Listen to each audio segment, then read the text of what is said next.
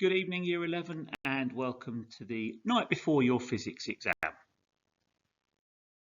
So, on paper 1, the following topics are covered: the particle model, atomic structure and radiation, energy and electricity.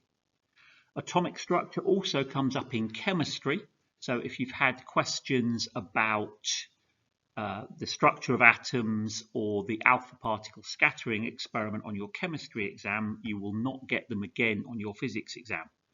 If they haven't appeared on the chemistry exam, they may well be on the physics paper. Firstly, don't forget you have the equation sheet with all of the equations that you are going to need written on it. I'd like to point out at this point that it is also double-sided. Please check both sides of the equation sheet.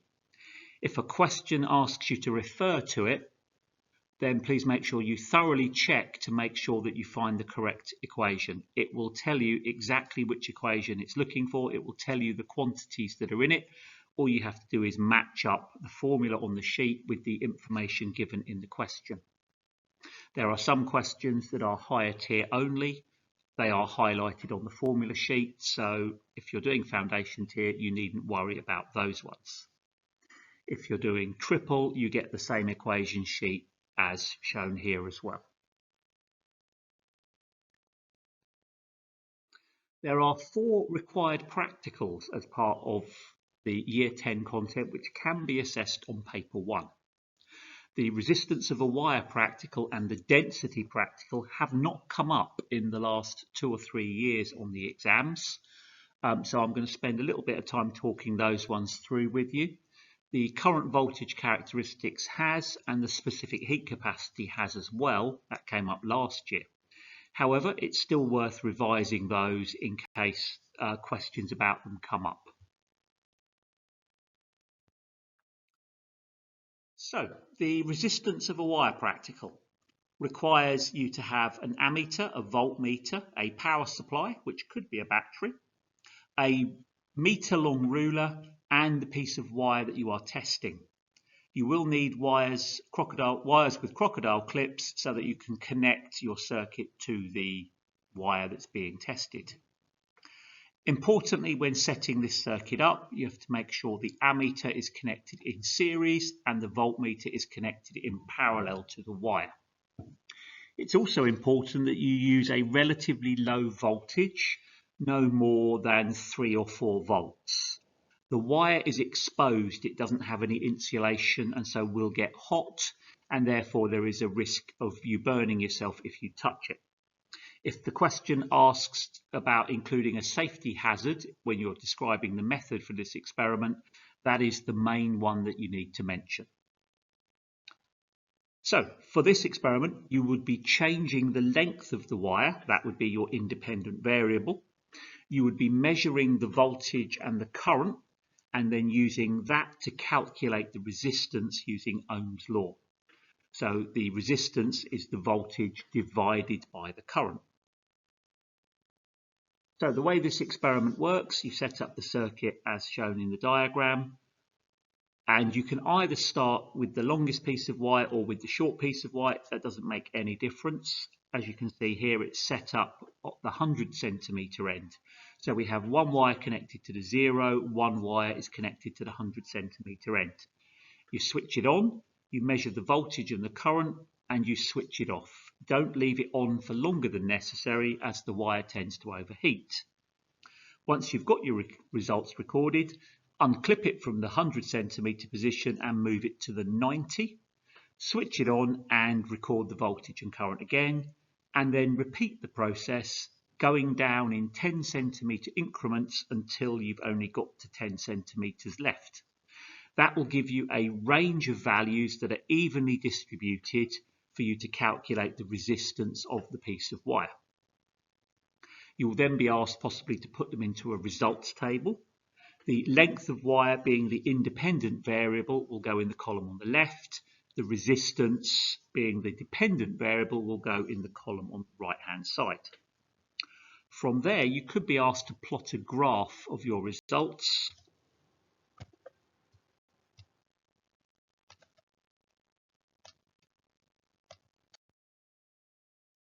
When plotting a graph of the results of the resistance of a wire experiment, the length being the independent variable goes on the horizontal axis, the resistance being the dependent variable goes on the vertical axis.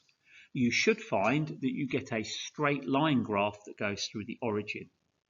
If you have any anomalous results that don't appear to match up with your straight line, please don't draw your line through them. It should always look like the one you can see here.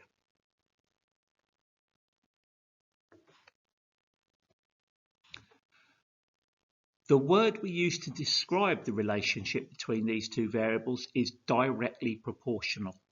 Anytime you have a straight line graph that goes through the origin, that is the phrase that you need to use to describe the relationship.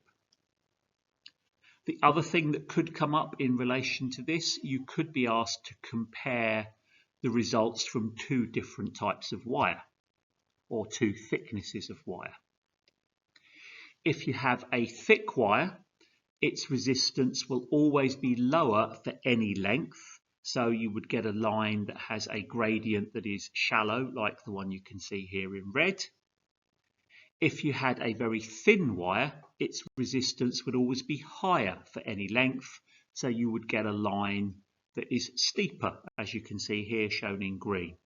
So if you're asked to compare different wires, the thicker the wire is, the lower its resistance for any length. So you'd have a shallower gradient like this. For the IV characteristics practical, you will need a circuit set up something like the one shown here.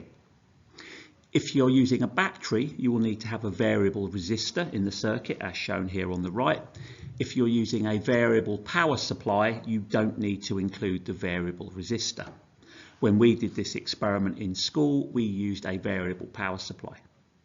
The ammeter is in the circuit connected in series with the component that is being tested. The voltmeter is connected in parallel across the component that is being tested. In this case, the component shown in the diagram is a filament lamp or bulb, but the other two components that we tested during this practical were the fixed resistor or ohmic conductor and the diode. So to carry out this experiment, you need to take 5 pairs of readings for voltage and current in the positive direction by adjusting either the voltage on the power supply or by adjusting the variable resistor.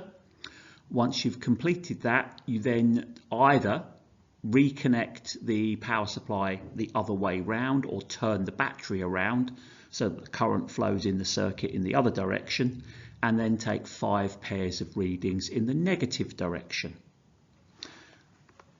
Once you've completed all your results, you will be able to plot a graph of those results.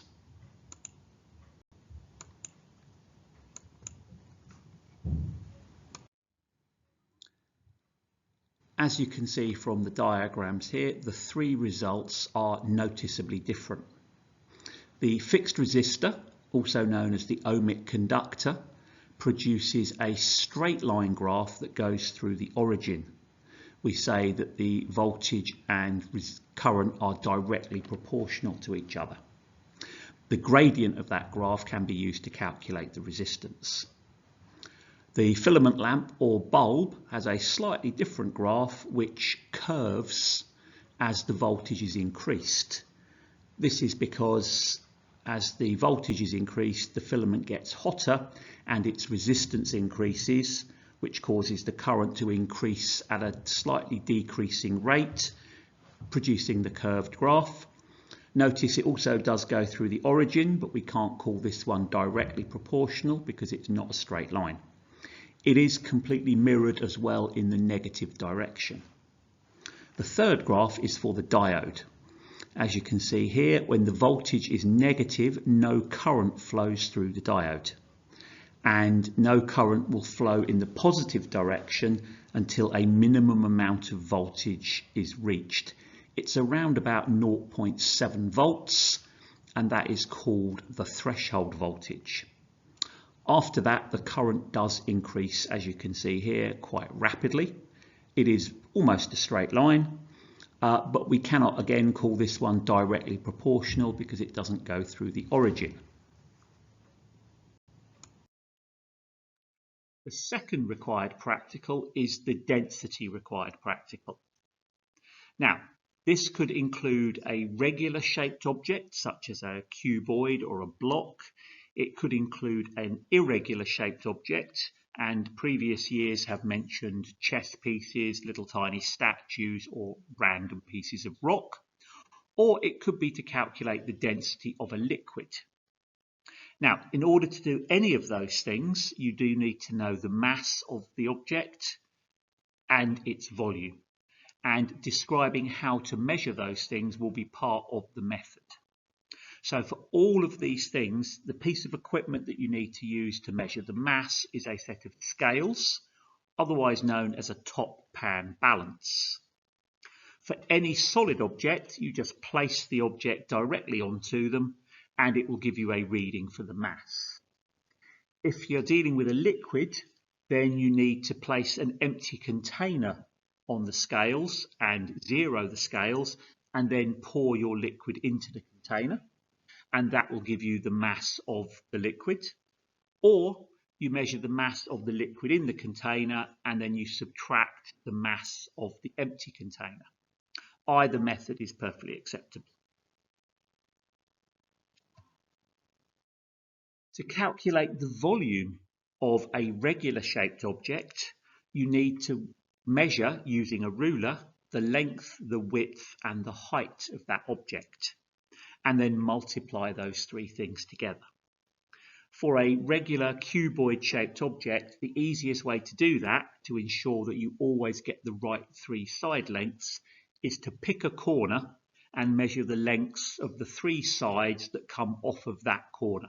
That way you won't accidentally measure height twice, width twice or length twice. For a liquid, to measure its volume, you need to pour it into a measuring cylinder or similar accurate piece of measuring equipment, and the volume that you get on the scale there, which will be in millilitres, would be equal to its volume in centimetres cubed. 1 milliliter is equal to 1 centimetre cubed. And once you've got that information for either of those shaped objects, you can calculate density by doing mass divided by volume. For the irregular shaped object, you have to do the volume in a slightly different way, and there are two possibilities. For larger objects, you would use the displacement can, otherwise known as the Eureka beaker, as you can see in the diagram at the top. With this piece of apparatus, you fill the beaker up until the water starts to drip out of the spout. That way you know it's completely full. Make sure you then empty any containers you've got under there. You then place your object into the displacement can. It will displace a volume of water equal to its own volume. That water can be collected in a measuring cylinder, and then the volume of that water is equal to the volume of the object.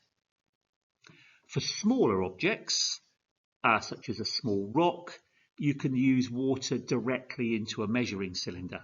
Place a known volume of water into the measuring cylinder, record it, add your object. As it sinks to the bottom, the volume of the water shown on the side of the scale will rise, and the difference between the volume there and the volume before is equal to the volume of the object. And again, you then use the density equation, mass divided by volume, to calculate the density of your object.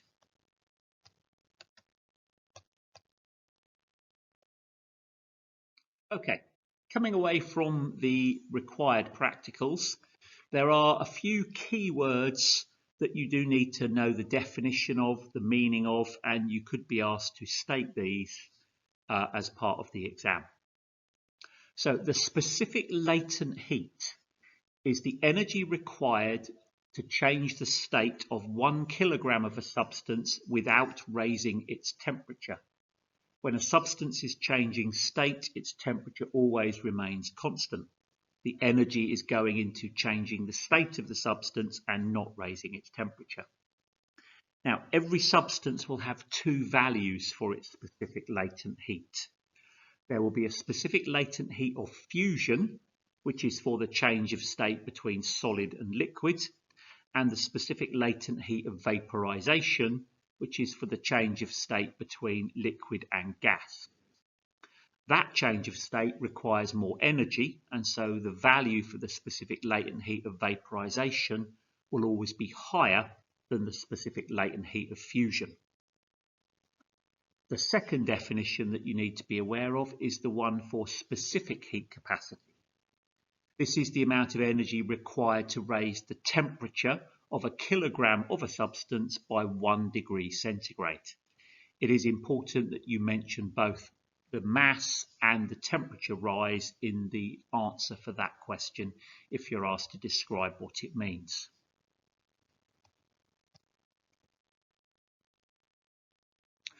Both of these quantities have a formula associated with them for doing calculations with, which is found on your formula sheet. They only appear in one equation, so if you're asked to use it, there is only one equation with those things on. Both specific latent heat and specific heat capacity can also be referenced in the form of a graph, as shown on the screen here now. So when a substance is in the solid state and is being heated, its temperature will go up. The gradient of that line can be used to calculate the specific heat capacity. The steeper the line is, the lower the specific heat capacity of the graph. Less energy is needed to raise its temperature. As the specific heat capacity changes between different states, the angle of that line can change, as you can see here. When it is changing state, the line remains horizontal because no energy is going into raising the temperature stays constant, all of the energy is going into changing the state. So on the diagram here you can see where the substance is melting and also where the substance is evaporating. The line for evaporating is longer because more energy is required to change the state from liquid to gas than is required to change the state from solid to liquid. If you look at the value that is associated with that horizontal line, that will tell you the melting temperature and the boiling temperature of that substance.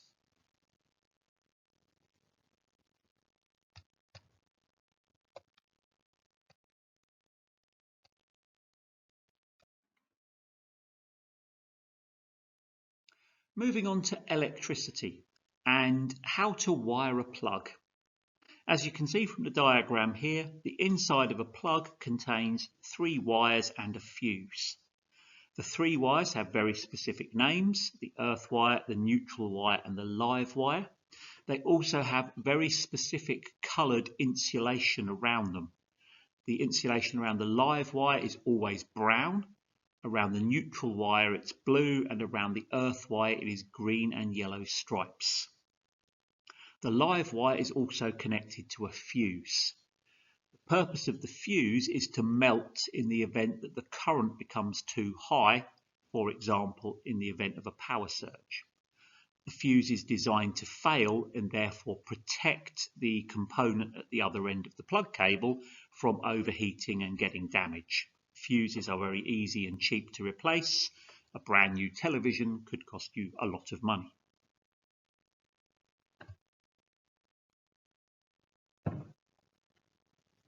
The live wire is where the electricity comes into the device. The neutral wire is where it leaves to go back to the main supply.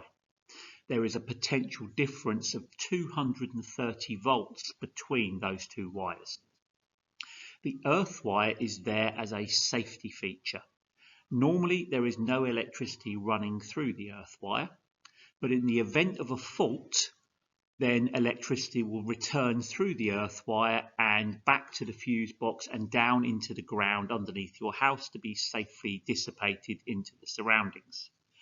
If the earth wire was not present or not connected, there's a possibility you could get electrocuted. The earth wire, though, is only found in electrical devices that have metal casings exposed, so ovens, washing machines, things of that nature. Any electrical devices that have no exposed metal casings don't need an earth wire because there is no possibility of you touching them and electrocuting yourself. So in devices that have completely encased in plastic, then they quite often have no earth wire.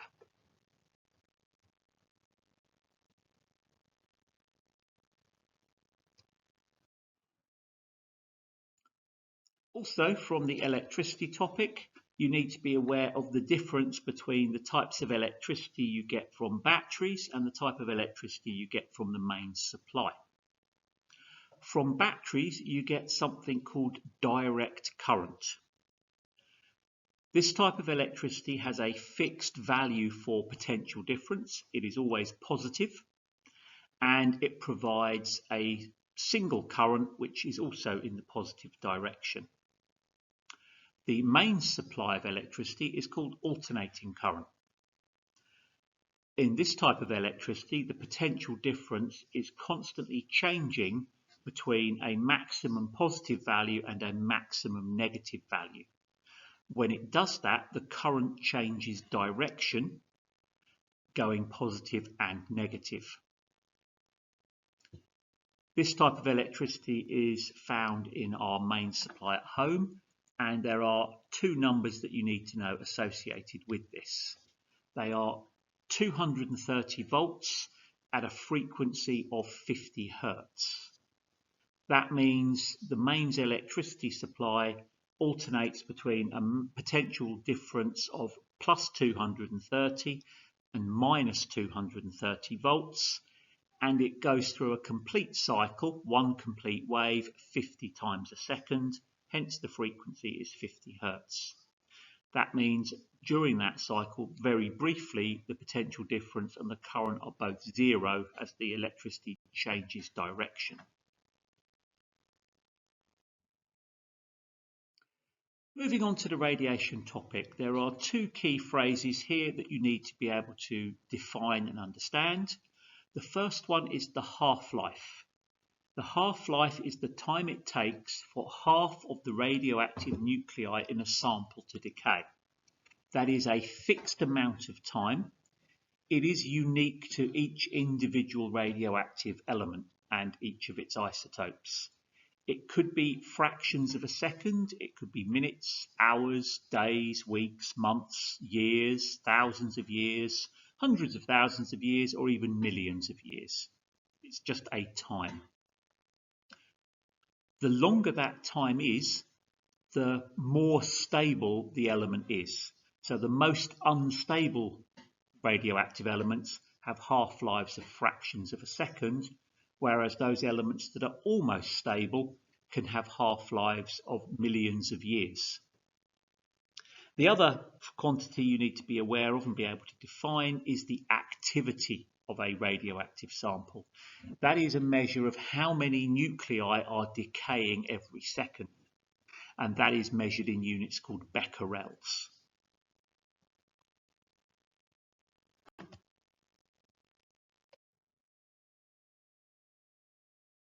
Following on from half-life, you could also be asked to plot or be presented with a question that shows you a half-life graph.